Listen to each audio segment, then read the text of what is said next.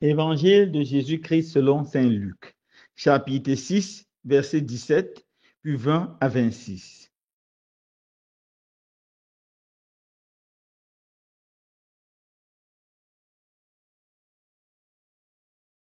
En ce temps-là, Jésus descendit de la montagne avec les 12 et s'arrêta sur un terrain plat.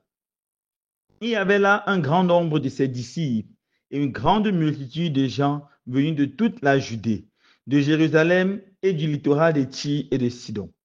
Et Jésus, levant les yeux sur ses disciples, déclara: Heureux vous les pauvres, car le royaume de Dieu est à vous. Heureux vous qui avez faim maintenant, car vous serez rassasiés. Heureux vous qui pleurez maintenant, car vous rirez. Heureux êtes-vous quand les hommes vous haïssent et vous excluent, quand ils insultent et rejettent votre nom comme misérable à cause du Fils de l'homme. Ce jour-là, réjouissez-vous, tressaillez de joie, car alors votre récompense est grande dans le ciel. C'est ainsi en effet que leur Père traitait les prophètes.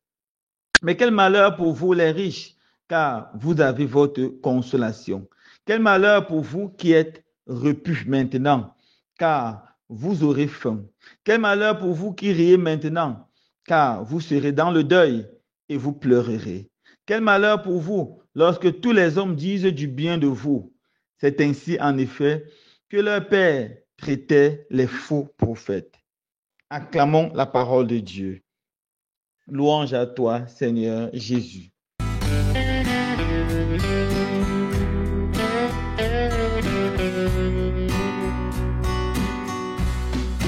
Frères et sœurs bien-aimés, aujourd'hui nous célébrons avec beaucoup de joie le 6e dimanche du temps ordinaire dans cette année liturgique C. Et les textes de la liturgie de ce jour nous invitent à réfléchir sur le secours de Dieu aux pauvres, le secours de Dieu à ceux qui crient vers lui. Dans l'évangile de ce jour, nous avons la version des béatitudes selon Luc. Jésus descend dans la plaine et là commence à enseigner. Il ouvre la bouche et il dit: Heureux vous les pauvres. Voilà la première béatitude qui sort de la bouche de notre Seigneur. Heureux vous les pauvres. Nous devons tout d'abord faire une distinction claire entre le pauvre et la pauvreté, ou encore la misère. La pauvreté et la misère, c'est l'état de quelqu'un qui souffre, de quelqu'un qui n'a pas le minimum, de quelqu'un qui n'est pas capable de s'alimenter normalement, de se soigner normalement, qui a des difficultés à envoyer son enfant à l'école, qui n'est même pas capable de se loger. Voilà quelqu'un qui est pauvre. Il n'est même pas souvent capable de circuler à sa guise. Voilà quelqu'un qui est pauvre, ou voilà l'état de pauvreté. L'état de pauvreté peut encore être accentué à l'état de misère. C'est-à-dire quelqu'un qui manque de façon drastique de tout. La pauvreté, la misère n'est pas dans le plan de Dieu. La pauvreté et la misère n'est pas bien aux yeux du Seigneur. Alors notre Seigneur Jésus, pendant sa vie sur la terre, a lutté contre la pauvreté. Et nous aussi, nous devons lutter contre la pauvreté avec la plus grande force, avec la plus grande énergie. Comment lutter contre la pauvreté? Premièrement, apprendre à être juste. Nous, comme individus, comme État, nous devons apprendre à être justes. Car c'est l'injustice qui crée premièrement la pauvreté. Combien de patrons donnent à leurs employés un salaire juste? Combien de boss donnent à leurs cuisiniers, à leurs chauffeurs un salaire juste? C'est-à-dire un salaire qui peut aider la personne à vivre normalement. Nous devons apprendre à réfléchir, nous poser la question: est-ce que si moi-même je reçois le salaire que je donne à mon employé, est-ce que je peux m'en sortir? Est-ce que je peux être heureux? Il y a quelques années, on demandait à un ministre de la République s'il peut s'en sortir avec le SMIC. Je pense bien qu'à ce moment, le SMIC au Cameroun était moins de 40 000 francs. Et ce ministre, sans honte, a dit oui, oui, oui, il peut s'en sortir. Alors que si on regarde la veste sur lui, ce sont des centaines de mille. Ça montre des centaines de mille. Et il dit oui, oui, après 40 000, on peut s'en sortir. Qui peut s'en sortir avec 40 000? C'est horrible, c'est terrible. Nous devons, frères et sœurs bien-aimés, apprendre à être justes, à donner un salaire juste à ceux qui travaillent pour nous. à donner un salaire juste à ceux qui nous entourent. C'est la première condition pour lutter contre la pauvreté. La charité vient après, car la charité, c'est juste un palliatif. L'homme doit travailler honnêtement et gagner sa vie avec un salaire juste. C'est pareil également pour l'État, qui doit créer des conditions pour que les enfants puissent avoir un salaire juste et sortir de la misère, sortir de la pauvreté. C'est la première condition, c'est la justice. La deuxième qui est importante, c'est aussi la charité. Nous devons apprendre, mes frères et sœurs, à être charitables envers ceux qui souffrent, ceux qui sont pauvres, ceux qui sont à côté de nous. Malheur à celui qui se comportera comme le riche dans la parole du riche et de Lazare, celui qui n'est pas capable de voir celui qui souffre à côté de lui. Malheur, malheur, malheur à lui. Maintenant, le pauvre, c'est qui? Le pauvre, c'est quelqu'un qui manque de cela. Et le Seigneur aime le pauvre, car le pauvre, sachant qu'il ne peut pas compter sur la richesse, il n'en a pas, qu'il ne peut pas compter sur un soutien humain, il n'en a pas, il ne peut pas compter sur un soutien matériel, il n'en a pas, mais tout son espoir dans le Seigneur. Et le Seigneur fait la merveille dans sa vie. C'est ça le pauvre. Lorsque le pauvre crie, le Seigneur écoute, car le Seigneur est sa seule force, le Seigneur est son seul appui. Et le Seigneur peut utiliser des moyens extraordinaires pour exaucer les prières du pauvre. Le Seigneur est très fort, le Seigneur est très grand. Je me rappelle quand je suis arrivé dans ma nouvelle paroisse, qui est une paroisse anglophone, j'ai eu quelques dons quand j'ai quitté l'ancienne paroisse, des chrétiens qui m'ont remercié et qui m'ont encouragé en donnant des dons. Alors quand je suis arrivé dans la nouvelle paroisse, j'ai dit non, je vais utiliser une partie de cet argent pour aider ceux qui sont pauvres. Et alors je suis allé regarder, j'ai demandé qu'on me donne des familles, profiter quelques familles vraiment démunies, familles déplacées internes. J'ai vu une femme qui avait 6 enfants, qui se battait avec ses enfants et qui n'arrivait pas à payer la scolarité dans notre école catholique. Alors, j'ai utilisé de cet argent pour payer la moitié de la côté de ses enfants. Alors, la maman est venue quelque temps me voir en paroisse. Ma mère ne m'a pas trouvé, j'étais absent. Elle a pris mon numéro et m'a laissé un audio qui m'a tellement touché. J'avais les larmes aux yeux quand j'utilisais cet audio. Elle remerciait. Elle me disait qu'elle se battait pour payer la scolarité de ses enfants, mais elle a été opérée, elle n'avait plus rien. Elle a fini tout son argent à l'opération, elle ne savait pas comment faire pour cette année scolaire. Et elle a prié à l'émotion de lui montrer comment faire. Et voilà qu'elle a fini sa neuvaine. Et la directrice, elle arrive à l'école, la directrice lui dit que Ray a décidé de payer la moitié de la scolarité. Elle a dit, mon Dieu, le Seigneur m'a exaucé. L'initiative que j'avais faite, je croyais que je la faisais de moi-même, mais c'est Jésus qui m'a utilisé pour exaucer la prière de cette femme, exaucer la neuvaine de cette femme.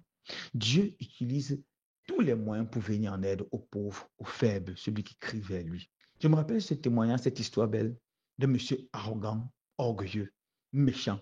Il entre dans une église pour blasphémer et il retrouve une pauvre femme qui est en train de prier. Elle supplie le Seigneur, Seigneur, je n'ai rien à manger ce soir. Qu'est-ce que mes enfants vont faire? Et il sort, il va voir un boulanger, il dit allez livrer à cette femme beaucoup de pain. Il va voir un boucher livrer lui de la viande. Il a demandé beaucoup de choses et la femme a reçu beaucoup de choses ce soir. Lorsqu'elle était en train de manger avec ses enfants, le riche arrive, qui était un de ses voisins, et lui dit, et pour se moquer d'elle, il dit, tu as prié, je te donné à manger. Celui qui t'a donné, c'est moi qui t'ai donné à manger. Je suis alors ton Dieu. Elle a dit, non, non, non, vous n'êtes pas mon Dieu. Mon Dieu vous a utilisé pour me donner à manger. Mon Dieu peut utiliser même le diable pour réaliser sa volonté. Oui, notre Dieu peut utiliser tout pour nous aider, pour aider le pauvre qui crie vers lui. Mon frère, ma soeur, peu importe dans la situation de misère, de pauvreté que tu traverses, sache que le Seigneur est à tes côtés et le Seigneur voit. Le Seigneur voit ta misère avec compassion, il voit ta souffrance avec compassion. Il est en train de faire tout pour t'aider. Abandonne-toi totalement, entièrement dans ses bras.